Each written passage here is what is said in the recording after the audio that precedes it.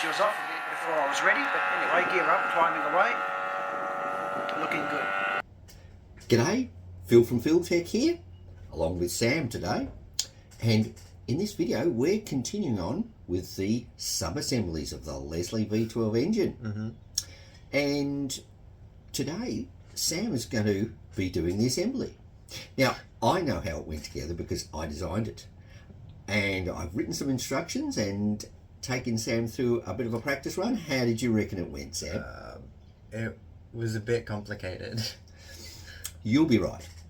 Now, here we have the parts that it takes to build today's job, which is the header tank with the expansion tank. So, let's get into it. Start by putting the plunger into the vise. And now we're putting the washer for the plunger onto it. This part's like a tap washer. It's from the pressure relief valve, which the equivalent on your car is the radiator cap. We're going to lock it into place with an M3 nylock. And we're doing this up with our torque driver set to 15 centinewton meters, so that we don't overly crush our rubbery washer. Not quite sure what the material is. Bought it from Clark Rubber and it seems to work quite well. So there you go, that's assembled.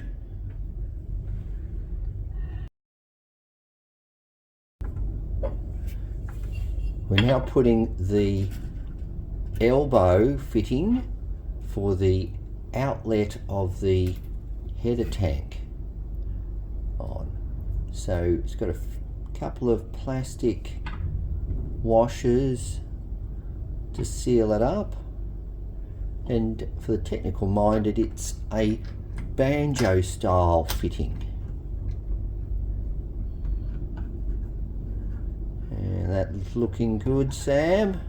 And we'll just tension it up now with our torque driver to 110 centinewton meters. Beautiful. We're just Loctiting in place the valve body for the pressure relief valve to the lid.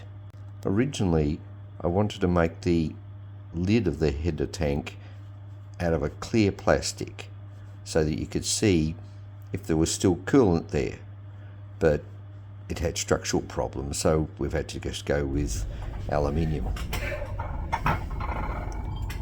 We're using a laser cut Teflon gasket here to seal the lid onto the header tank casing.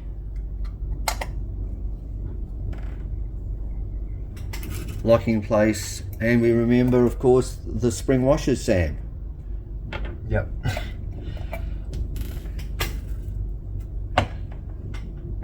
We don't want things vibrating loose.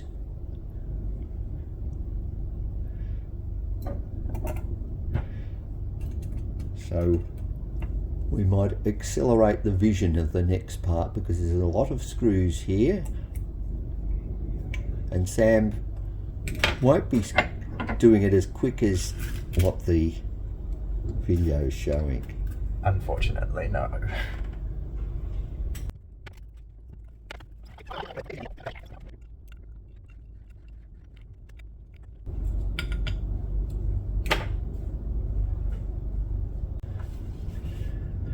We've now got to install the pressure relief mechanism. So we've got the plunger with the seal on it, our spring suitably calibrated, and the cap with the O-ring on it. And we'll just screw that into position.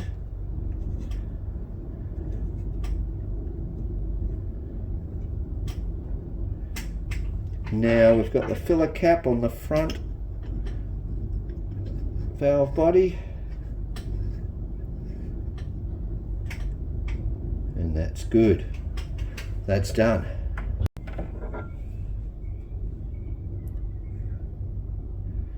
It's time to put on the brackets that hold the header tank to the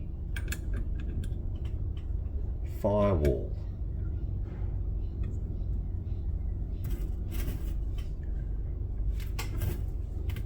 Oh, and we yes definitely put a spring washer, Sam. Mm-hmm.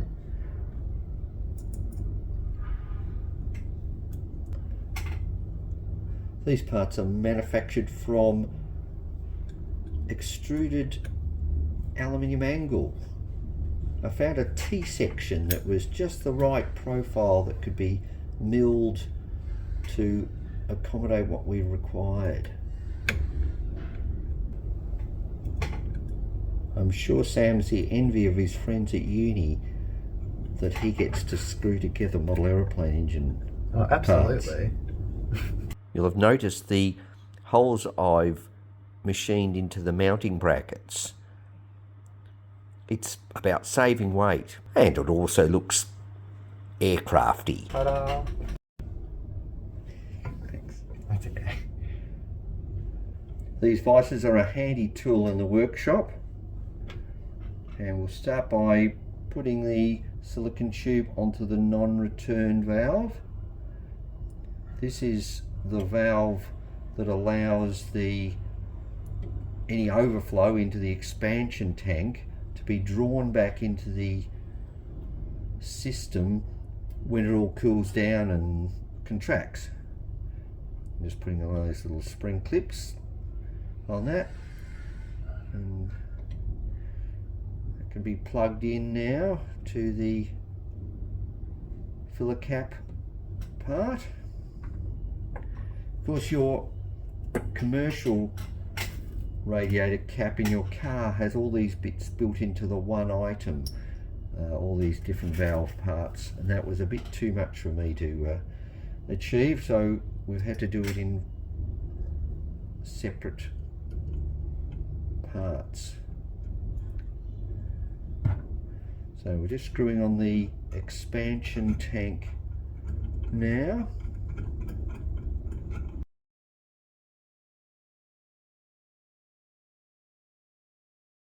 We found that the engine has to run at fairly high pressures in the coolant system, over 15 psi, and can get even almost up to 20 on maximum power.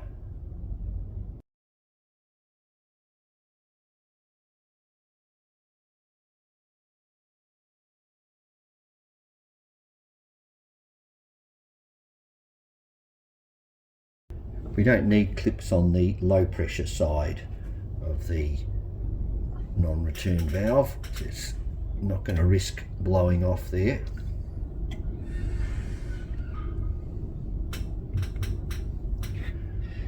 Though it is a tough part to do. That's why we've got you to do it.